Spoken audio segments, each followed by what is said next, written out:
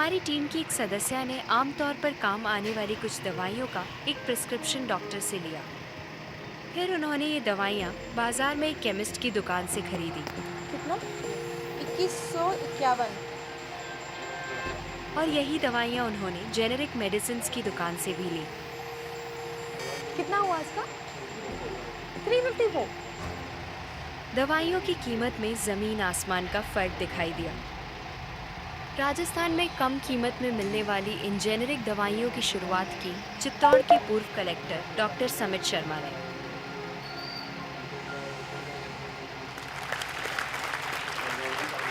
Doctor समित, मुझे बताइए कि ये कैसा मुमकिन है कि हमारी जो कॉरेस्पॉन्डेंट थी वो वही दवाइयाँ उन्होंने 2000 कीमत में उनको मिली एक दुकान में, और जो जेनरिक मेडिसिन है उस दुकान में जब गई तो उनको कम में मिली, 300 में मिली। ये कैसे मुमकिन है? ठीक इसी समय प्रति क्षण प्रति पल एक ट्रेजेडी हमारे चारों ओर घट रही है। अर्थक्वेक की या फिर सुनामी की बात करें, उसमें जितने लोगों की जानें एक दिन में जाती हैं, उससे ज़्यादा जानें प्रतिदिन इस ट्रेजेडी की वजह से जाती है। जी, वो क्या ट्रेजेडी है? वो ट्रेजेडी ये है साहब कि जो दवाइयों की जो वास्तविक कीमत है वो तो बहुत ही कम है, पर जो दवाइयाँ हम जब बाज़ार से खरीद के लाते हैं तो हमें वो 5 गुना, 10 गुना, 20 गुना, कई बार तो 50 गुना से भी ज़्यादा दामों पर हम उसको खरीदते हैं। जैसे हम भारत में अगर देखें कि 40 करोड़ से ज़्यादा लोग ऐसे हैं जो अपने लिए 2 वक्त की रोटी नहीं जुटा पाते, तो क्या वो दवा को खरीद सकते हैं? बहुत सारे लोगों को इस वजह से दवाई नहीं मिली। यस, WHO कहता है कि स्वतंत्रता के 65 वर्ष पश्चात आज भी 65% of the Indian population lacks regular access to essential medicine. जो मेन दवाई हैं जो आवश्यक दवाइयाँ हैं वो उन तक नहीं पहुंच पाती, वो भी रकम की वजह से। रकम की वजह से। मुझे बताइए कि ये जो जेनेरिक मेडिसिन जो हम Generic। कहते हैं, अभी ये अंग्रेजी का शब्द है, इसको हिंदी में कैसे समझाएं? मैं आपको बहुत सरल भाषा में बताता हूँ। हाँ। तो ये जेनरिक नाम जो दवा का जो मूल सॉल्ट है, जिसके अंदर जो दवा है उसका नाम है, केमिकल नाम। उसका केमिकल नाम। अब जैसे और उदाहरण अगर सरल करके बताएं इसको, तो जैसे ये लड़की दुबली पतली सी नज़र आती है, तो मैं अगर डॉक्टर हूँ हाँ। तो मैं इसको ये कहूँ 1 गिलास दूध सुबह 1 गिलास शाम को पिया करूँ। पर चिकित्सा के व्यवसाय में दुर्भाग्य से हमारे देश में ऐसा नहीं हो रहा। हम ये नहीं कहते कि आप भैंस का दूध लेके आइए, हम कहते हैं कि वो रामू की भैंस का दूध लेके आए।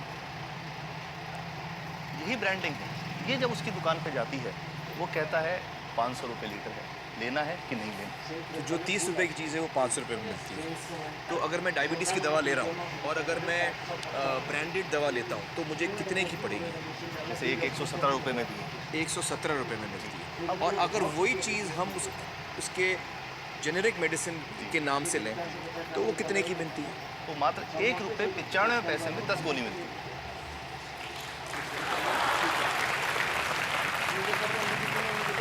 और दोनों गोलियों में कोई फ़र्क नहीं है किसी किस्म का? 100% समान, क्योंकि इसकी उत्पादन लागत ही इतनी है। उसका मैन्युफैक्चरिंग, पैकेजिंग, ट्रांसपोर्ट, रिटेल जो उसके मार्जिन जो हैं, जो हमारे ज़्यादा वो सब मिला करके उतने की ही पड़ती है।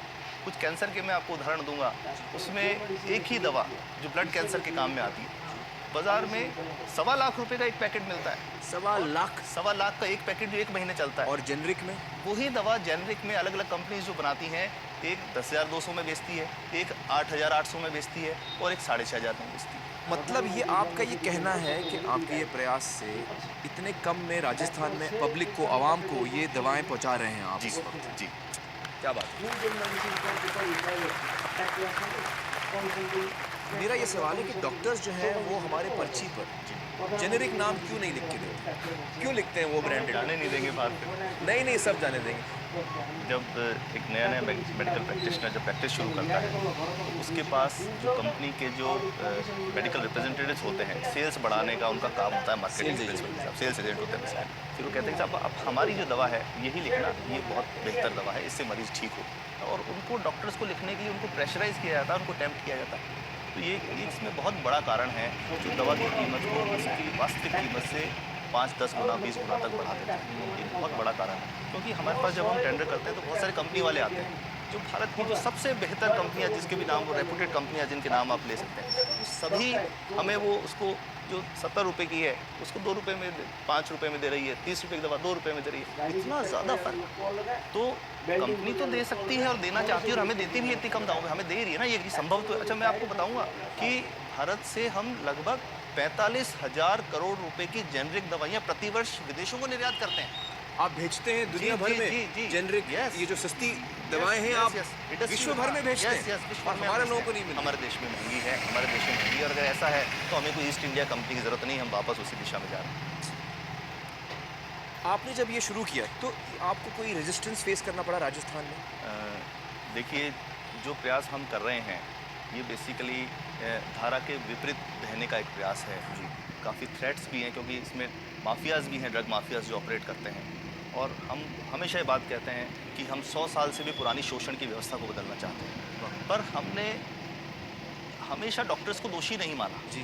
सारे डॉक्टर्स बुरे नहीं हैं जी। 50-60% तो जेन्युइनली वो चाहेंगे कि गरीबों को कम कीमत में दवा मिल जाए, वो चाहेंगे। और आज भी ऐसे डॉक्टर्स हैं जो अपने घर से सैंपल्स ला करके अपने जेब से पैसे निकाल के मरीज का इलाज कराते हैं। ऐसे डॉक्टर्स आज भी हैं। बिल्कुल सही। तो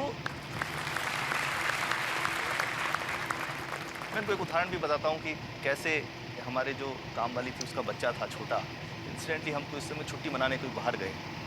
जब हम लौट के आए 10-12 दिन बाद, तो वो लक्ष्मी के साथ उसका छोटा जो बेटा था राजू, वो भी उसके साथ आता था जब, और मेरे बच्चों के साथ खेलता था, मेरे बेटे के साथ खेलता था। तो वो लक्ष्मी अकेली आई, राजू नहीं आया।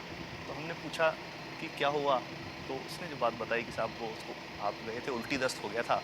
उल्टी दस्त की बीमारी के लिए जब दवा लेने गई तो केमिस्ट ने उसको कहा कि इसके तो 400 रुपये लगेंगे। उसने कहा साहब मैंने खूब मांगा, मेरे पास 400 रुपये मुझे नहीं थे, और मेरा बच्चा रात को ही उसको दस्त आते रहे, वो ख़त्म हो गया। और मैं आपको कहना चाहता हूँ कि वो जो दवा लिखी थी, वास्तव कीमत 150 रुपये ही है, तो वो बच्चे की जान बच सकती थी। 65 वर्ष के बाद भी अगर कोई बच्चा उल्टी दस्त से मर जाए तो मैं नहीं समझता इससे शर्मनाक बात कोई हम लोगों के लिए हो सकती है। और सबसे बड़ी बात कि इसे आसानी से बदला जा सकता है। हमें सबको एक समन्वित, एक संगठित प्रयास करने की ज़रूरत है। ये तो कुछ भी नहीं है, कोई नई फैक्ट्री खोलनी नहीं, कोई नई दवा नहीं बनानी, ये सब जो गलत चल रहा है इसको रोकना ही तो है।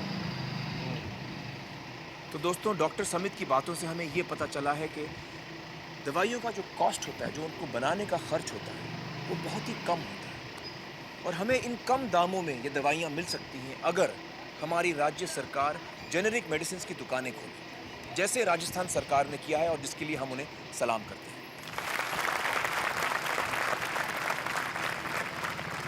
एक बात और, अगर आप एक NGO हैं और आप जेनेरिक मेडिसिन की दुकान खोलना चाहते हैं तो department of chemicals and fertilizers आपको 50,000 रुपये की ग्रांट भी देता है। डॉक्टर समित, आपने बहुत ही बेहतरीन काम किया है और इस बहुत ही अहम मुद्दे पर रोशनी डालकर हमारी आंखें खोल दी। और हमारी दुआ ये है कि जो काम आपने राजस्थान में शुरू किया है वो हर राज्य में फैले, देश के कोने कोने में फैले। बहुत बहुत शुक्रिया हमारे साथ बातचीत करने का doctor Samit. Thank you so much.